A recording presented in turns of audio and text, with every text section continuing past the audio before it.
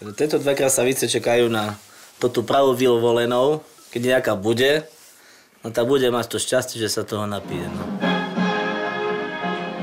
Dobrý deň, vážení Hamorčania. Pozdravuje vás starosta obce. Na obci žijú mladí, krásni ľudia, ktorí by mohli žiť v krásnom rodinnom zväzku a plodiť deti. Prečo to nerobí? Baví pracovať, hej, že okolo aut také oblasti, no a tak potom niekedy preháňam. No. Prečo je osud tak múdny? Prečo som na svete sám?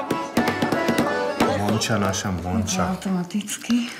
Dá si urobiť zubné protézy a bez konkurencie.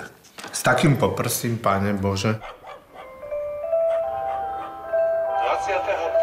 júla chceme zorganizovať spoločenské stretnutie slobodných mládencov a slobodných dievčat na obci Zemplínske Hámre. Možno, že by sa prebudili hormóny a možno, že by sa aj vzľadli navzájom v sebe, takže by sme z toho mohli mať nejaký spoločný profit.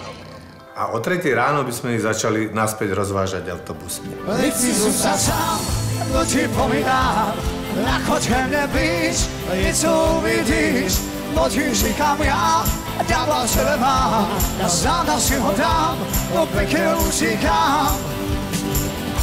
Nechci zůstat sám. Dobre, keď nepôjdu, je to dobré znamenie. Znamená, že sa niekde vytrátili do prírody a už plodia deti.